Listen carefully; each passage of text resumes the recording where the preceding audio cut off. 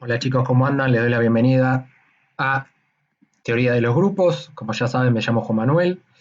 Estamos transitando este espacio virtual de trabajo y lo que vamos a hacer ahora, como pueden ver en pantalla,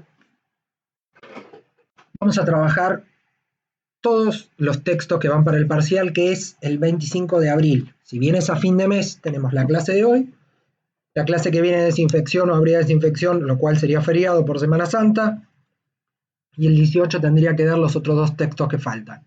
Lo que vamos a hacer es aprovechar la clase de hoy y grabar un video que explique todos los 4 textos para poder el 18 hacer un zoom o grabarles un video y ver qué dudas tienen y poder trabajar todas las cuestiones para el parcial. El primer texto que ya les expliqué es el texto de Beaulieu, que es el de aprendizaje grupal. Cuando hablamos de aprendizaje grupal en esta primera unidad hablamos de una nueva didáctica o una nueva forma de enseñar y de aprender, que tiene 3 elementos esenciales: información, emoción y producción.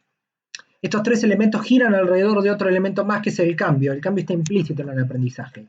Todos los grupos se informan, pero no necesariamente todos los grupos se emocionan en función de esa información, ni tampoco producen. O sea que yo, cuando aprendo algo y estoy aprendiendo un contenido nuevo, estoy cambiando. O sea que el aprendizaje tiene como concepto implícito el cambio.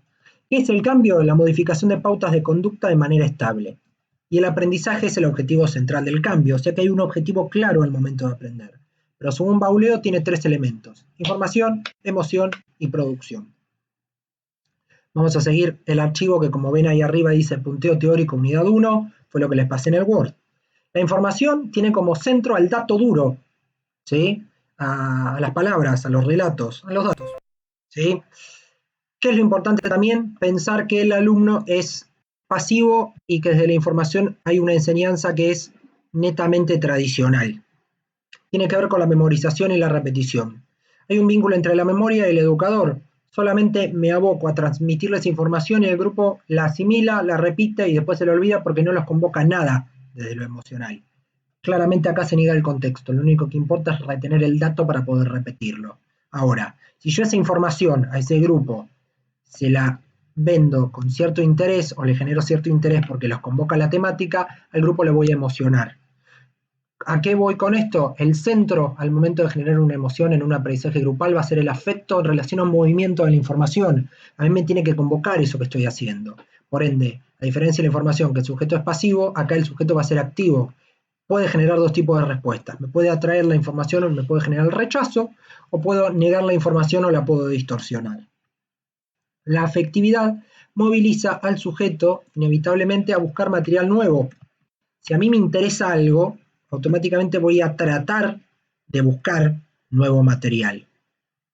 Y siempre va a tener que ver con estar en movimiento, porque si yo leo algo, eso me interesa, me pongo a buscar información, me pongo a movilizarme y a buscar más material porque me interesa, tiene que ver con interés, con que te convoque lo que vos estás haciendo. Eso en segunda instancia.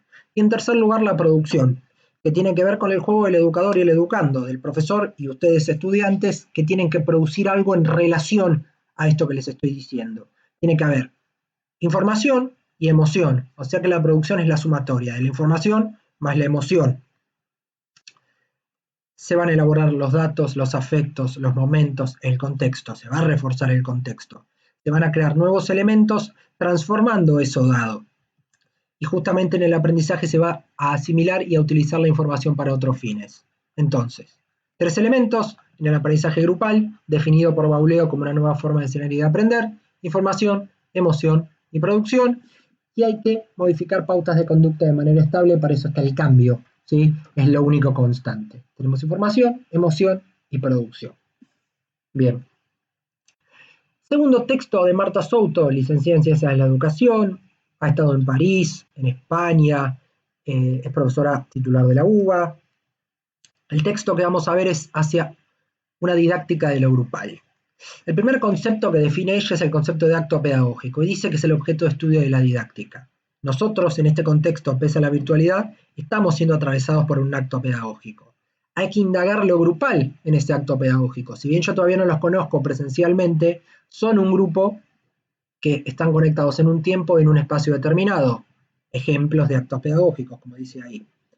El diálogo sobre un conocimiento entre maestro y alumno, una entrevista de orientación, un niño que desarrolla un programa de enseñanza en la computadora. Ustedes están siendo partícipes de este acto pedagógico porque están siguiendo mis explicaciones. Esto también es un acto pedagógico en sí y en vivo.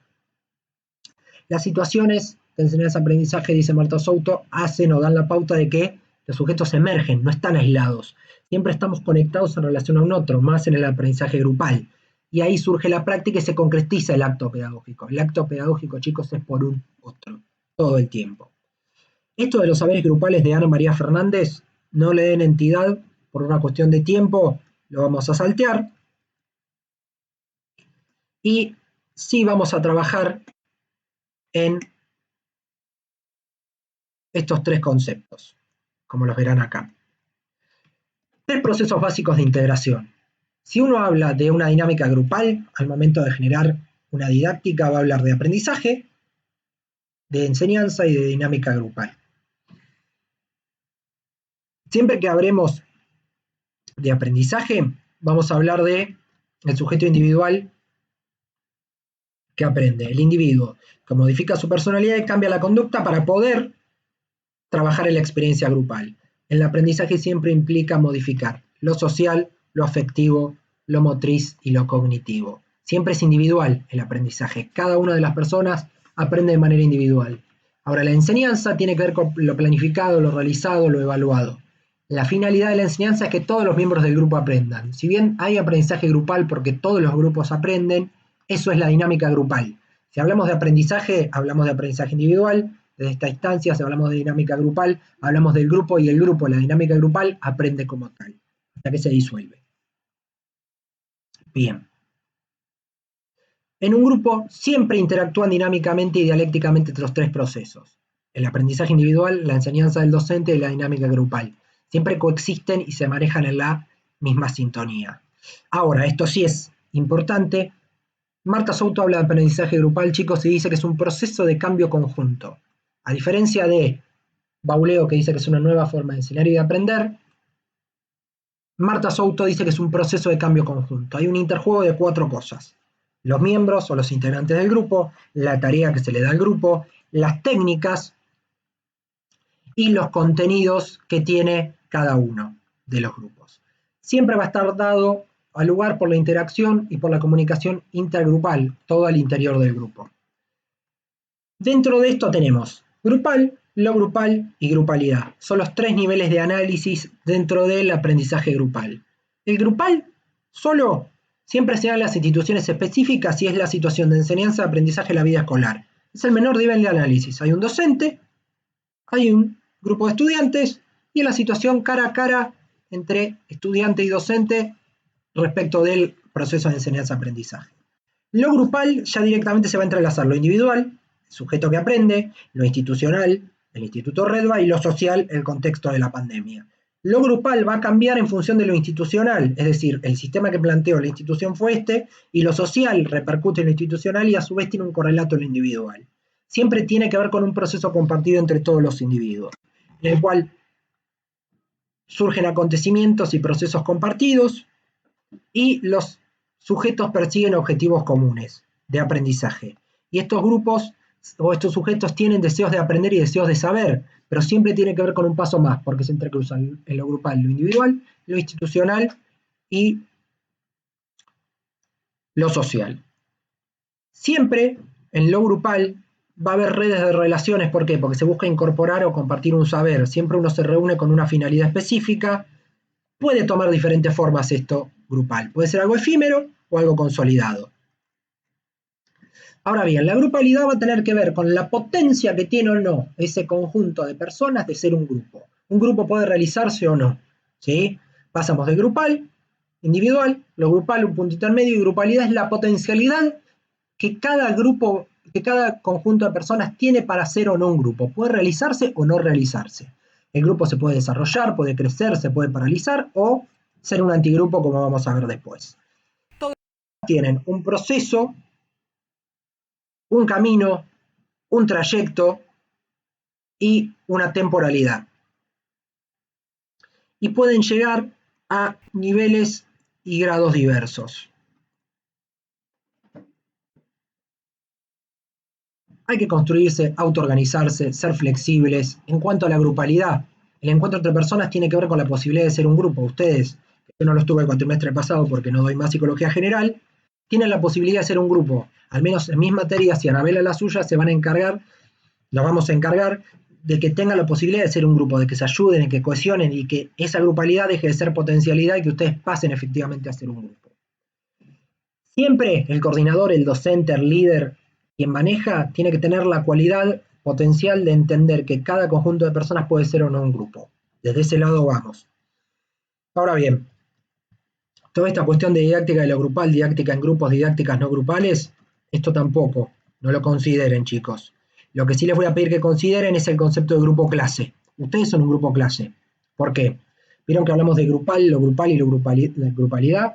Son las formas que toman lo grupal y el grupo clase dentro del contexto institucional de la escuela. El grupo clase porque es un grupo dentro de una institución. Y siempre tiene que ver con ¿qué? Con procesos que se forman adentro del aula, del espacio del aula. El punto de partida son los roles específicos de alumno y de docente. El alumno o el estudiante tiene un rol, el docente tiene un rol de coordinar ese grupo clase. Siempre va a depender las características que tenga ese grupo clase de la grupalidad. Hay que ver cuáles son los conflictos, las potencialidades, los puntos a favor, todo lo que tenga que ver con el grupo clase en sí. Pero es tarea del docente poder manejar ese grupo clase, que tiene 8 características según Marta Souto. La primera es un grupo de trabajo con una dinámica propia. La segunda es un grupo formal que tiene obligaciones institucionales, tiene exigencias externas, los parciales, los trabajos prácticos, los coloquios, todo. Siempre hay un líder impuesto, esa es la tercera característica. Tiene una posición central bien definida, el maestro o el profesor. Yo soy el líder de este grupo clase, por lo menos en esta materia. Cuarta característica, todos los miembros son seleccionados por criterios externos, edad, sexo, escolaridad. Tienden a establecer homogeneidad. Desde ahí vamos. Supuestamente dice Marta Souto que son numerosos, pero no, ahí no estoy de acuerdo. Tiene que ver con que es un conjunto de personas. 1, 2, 3, 4, quinta, sexta característica, hay una organización de tiempo dada en el ciclo lectivo y en una distribución horaria. Tiempo, espacio, marzo, julio, agosto, noviembre. La organización curricular, esta materia tiene un programa, tiene un cronograma, tiene una metodología de enseñanza y de evaluación. Y hay una distribución en aulas con bancos y tiene que haber una mirada respecto del docente. Esta está más flexible porque gracias al coronavirus el aula es virtual y el Classroom no permite hacer esto. Hasta ahí el concepto de grupo clase. La formalidad, y esto es muy importante chicos, es el rasgo dominante y típico de los grupos clase. El grupo clase necesita de la formalidad. ¿Por qué? Porque le da un encuadre, le da un orden y le da una metodología de trabajo. Si nosotros estamos estudiando en Plaza Francia cuando salgamos, tomando mates y hablando de esto, no va a tener formalidad. Vamos a hacer un grupo de personas hablando de teoría, no un grupo clase. Hay otros rasgos que unifican los grupos clases y la formalidad. La edad del docente, el contenido. Pero el más importante, chicos, es la formalidad. Ahora, el grupo es homogéneo y heterogéneo a la vez. Siempre está determinado desde afuera e institucionalizado. Pero ¿qué va a pasar? El grupo, si no se lleva bien, puede devenir en un antigrupo, como le pasa a los chicos de la película. ¿Por qué? Un antigrupo básicamente es un objeto cosificado. Predomina el lío, el caos, el problema, el conflicto no resuelto. Si el grupo no puede hablar respecto de eso que le pasa, el problema se empieza a enquistar, se empieza a estereotipar y se empieza a repetir y se empieza a embarrar la cancha del grupo y la dinámica grupal. Se empieza a afectar la dinámica grupal todo el tiempo, que es lo que le pasa a los chicos de Escritores de la Libertad. Se estancan. ¿Por qué? Porque todos los conflictos raciales, las problemáticas grupales, los negros, los blancos, Hitler, Auschwitz, todas las cuestiones empiezan a predominar y no se pueden lograr objetivos. ¿Qué hizo la maestra Grubel o Hilary Swank? Pudo ponerse en el lugar de líder de ese grupo clase y poder trabajar esa potencialidad o esa grupalidad, como dice Marta Souto, para desparalizar o correr al grupo de esa parálisis. Eso pasa con los grupos. Si predomina el conflicto, se llaman antigrupo. Hasta acá, segundo texto de Marta Souto. Espero que me hayan seguido. Tercer texto, psicóloga mexicana, trabaja en la Universidad Nacional Autónoma de México, Eugenia Vilar Pegri. No es Eugenia Vidal como me han puesto en los parciales. Esa no, es Eugenia Vilar. Habla de dos conceptos clave este tercer texto, de lo social y del sujeto. Lo social básicamente, dice la autora, es un proceso en constante cambio. y hay una relación directa y dialéctica entre los sujetos y el medio social. Como ya lo vieron con Anabela, hay una retroalimentación entre el individuo y la sociedad, ahí se mete la psicología social, por ende esa es la ciencia del conflicto. Y el sujeto. El sujeto es un producto del proceso y agente de transformación, que va a estar marcado por aspectos culturales, económicos, políticos e históricos. Ahora, ¿cómo define la autora al concepto de sujeto? Dice que coinciden el marxismo, la lingüística y el psicoanálisis. Siempre el sujeto, el individuo, se constituye por estructuras anteriores a su existencia. Nosotros nacemos como individuos, pero nacemos en relación a un otro, en relación a un contexto, en relación a una sociedad. Esa sociedad nos influye y nos permite constituirnos como sujetos.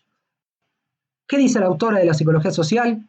Que entra en juego, tiene características de interciencia, ¿por qué? Porque trabaja el hombre en situación y en relación a un contexto, a una condición actual de vida, siempre en relación a un otro, a la realidad, a una adaptación activa a la realidad. ¿Cuáles son los dos conceptos claves del texto? Subjetividad por un lado y colectividad por el otro. La autora dice que la subjetividad es clave para entender y hay que basarnos en lo biológico. La subjetividad se apuntala en lo biológico. Necesitamos de un cuerpo para tener sujeto. Además, siempre cuando hablamos de subjetividad hablamos de las tópicas freudianas, inconsciente, preconsciente, consciente, ello, yo, super yo. Pero esa subjetividad va a estar determinada, impregnada, acotada por las condiciones sociales e históricas. No es lo mismo un niño en la década del 30 en Alemania que un niño hoy en Alemania, que un argentino hoy es diferente a un argentino en la década del 50. La psicología social, según esto, va a estudiar y explicar las mediaciones entre lo social y la subjetividad. ¿Y la colectividad qué es? Todos somos un colectivo. El otro existe para todos y para cada uno. Y el otro no existe necesariamente de forma directa y personal. El otro es más bien un representante de la forma humana, que es semejante y diferente al mismo tiempo. Es un conjunto coherente de personas que difiere de la suma de elementos. Hay una relación directa entre subjetividad y colectividad. Es necesario visualizar eso también. Ahora, diferenciando subjetividad y colectividad, hablamos de la psicología social. Decimos que indaga siempre en cómo ese todo social se transcribe en lo individual. Ya vamos a ver el cuatrimestre que viene en estructuras vinculares que todos los individuos tenemos la sociedad adentro, tenemos una representación de lo que es la sociedad. Entonces, esa sociedad, ese grupo que incorporamos como representación, determina en gran parte lo que somos como subjetividad. Y captamos, procesamos determinados patrones socioculturales. Yo que nací en Mercedes, me crié en Mercedes, tenía determinada lógica. Ahora hace 15 años que vivo en Capital, también tengo otra lógica. Entonces me determinan determinados patrones socioculturales. ¿Qué es el grupo para Eugenia Vilar Peiri, chicos? Básicamente es un proceso dinámico donde se dramatiza la subjetividad, donde trasciende la individualidad. Todos los grupos en determinado momento de la vida presentan la exposición de algún tipo de subjetividad. Cuando ustedes hacen grupo operativo o se trabaja en grupo, se dramatiza esa subjetividad, expone lo que a uno le pasa desde el individuo. Y siempre el grupo es más que la suma de las partes. Es un marco de referencia real o simbólico. Cuando hablamos del grupo, hablo de ustedes y hablo de mí, que somos un grupo, aunque estemos a la distancia, pero somos un grupo en sí. Siempre es importante entender que el grupo censura a sus integrantes, los encuadra en función de la ley, normas y de la censura social. ¿Qué da lugar el grupo? A ideologías, a historia, a cultura, a determinadas representaciones sociales. Ustedes a medida que pasan la carrera van a ir viendo que no son los mismos que cuando empezaron. Entonces las representaciones van a cambiar. Tienen una realidad interna, tienen una realidad externa, todo forma parte de la estructura. El grupo, en simples palabras, es un lugar donde se hace obvio que el punto intermedio entre lo individual y lo social, ahí está el grupo. El grupo requiere del individuo, pero requiere de lo social para formar parte de un contexto. Siempre hay una doble mediación, al interior del grupo, porque cada grupo tiene un funcionamiento interno, y al exterior del mismo, porque tiene que ver con la subjetividad. Ahora, siempre en el campo de la psicología social, los objetivos se logran en los trabajos con grupos y en relación a un contexto. Nunca se trabaja de manera aislada. Siempre es un proceso amplio y también el grupo, según el autor, es un espacio imaginario. ¿Por qué? Porque tiene propias leyes de funcionamiento, tiene un modo de vinculación particular. Las relaciones entre las personas nunca son bipersonales, siempre va a mediar el otro como marco de referencia. Y como vamos a ver más adelante, lo que va a mediar todo el tiempo es la cultura. Hasta acá, chicos, espero que me sigan. Ahora vamos a pasar a otro concepto clave que también define la autora, que es el ECRO. ¿Qué dice respecto del ECRO la autora? Dice que el ECRO, claramente como lo vieron con Ana, es el esquema conceptual, referencial y operativo. Siempre tiene que ver con un segmento de la realidad que tiene que ver con mi historia personal y cómo yo pienso y opero en relación a esa realidad. ¿Sí? Cada uno de nosotros tiene un esquema conceptual, referencial y operativo que nos permite procesar información, pensarla, recortar esa realidad. Yo, desde la psicología social, como licenciado en psicología, voy a formular hipótesis desde lo conceptual, desde lo terminológico, desde lo referencial y desde lo operativo. Siempre, cada situación que se trabaja desde el ECRO y desde lo grupal va a tener una parte oculta, pero siempre se va a tener que analizar. Todos los grupos reprimen lo que les pasa muchas veces y hay que tratar de darle luz a eso que se reprime, para ser un grupo lo más operativo posible. Siempre en un grupo se puede intervenir, se puede investigar y se puede adecuar ese contenido al esquema conceptual, referencial y operativo. Siempre nosotros como profesionales de la psicología vamos a trabajar con el discurso grupal, con lo dicho y con lo no dicho, con lo que emerge, viendo el portavoz, viendo todas las problemáticas que hay y también lo que se dice respecto de un grupo.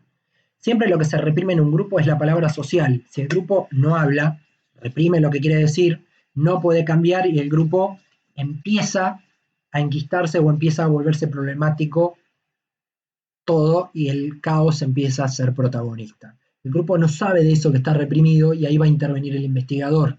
Ustedes cuando coordinen un grupo operativo van a tener que generar hipótesis para ver por qué no funciona un grupo. Siempre hay que ver el discurso grupal, sumergirse en eso para que emerja la subjetividad y ver por qué a las personas les pasa lo que les pasa.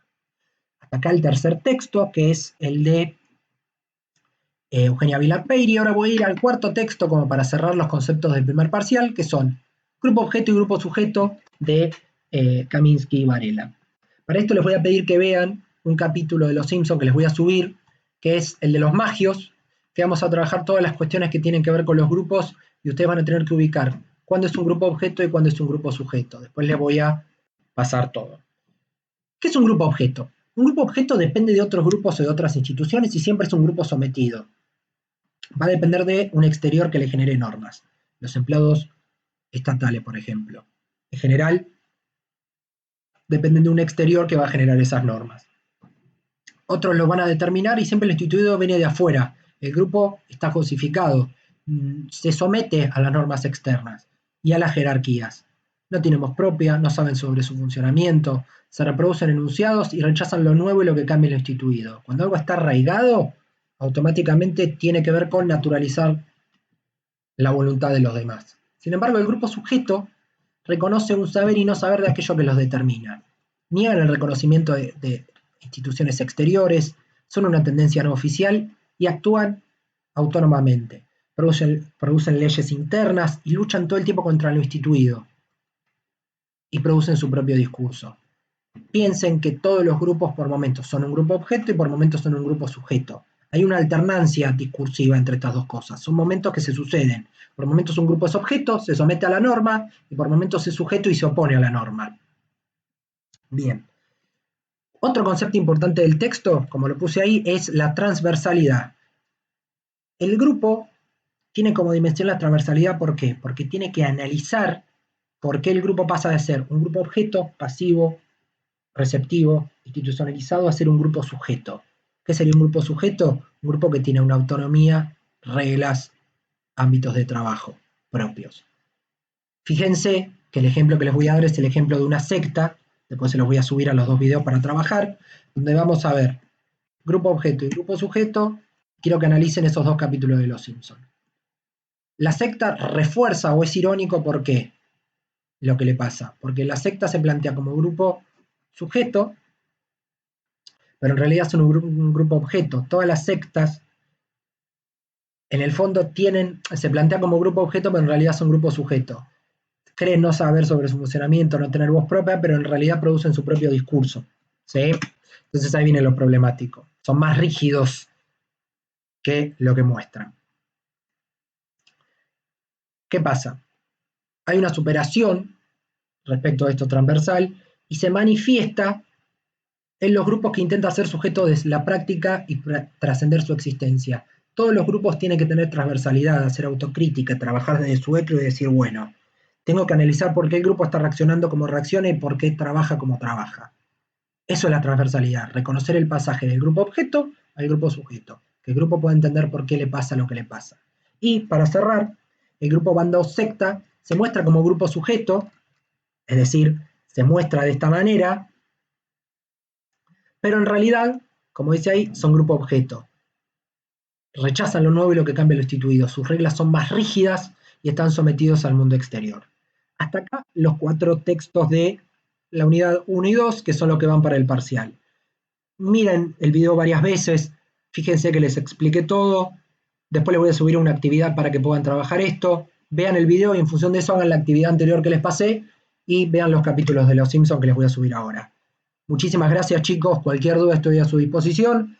El 18 vamos a tratar de hacer un Zoom para ver todas las dudas que tengan, hagan las actividades y mándenme los mensajes que sean necesarios. Les mando un abrazo, cuídense. Será hasta la próxima.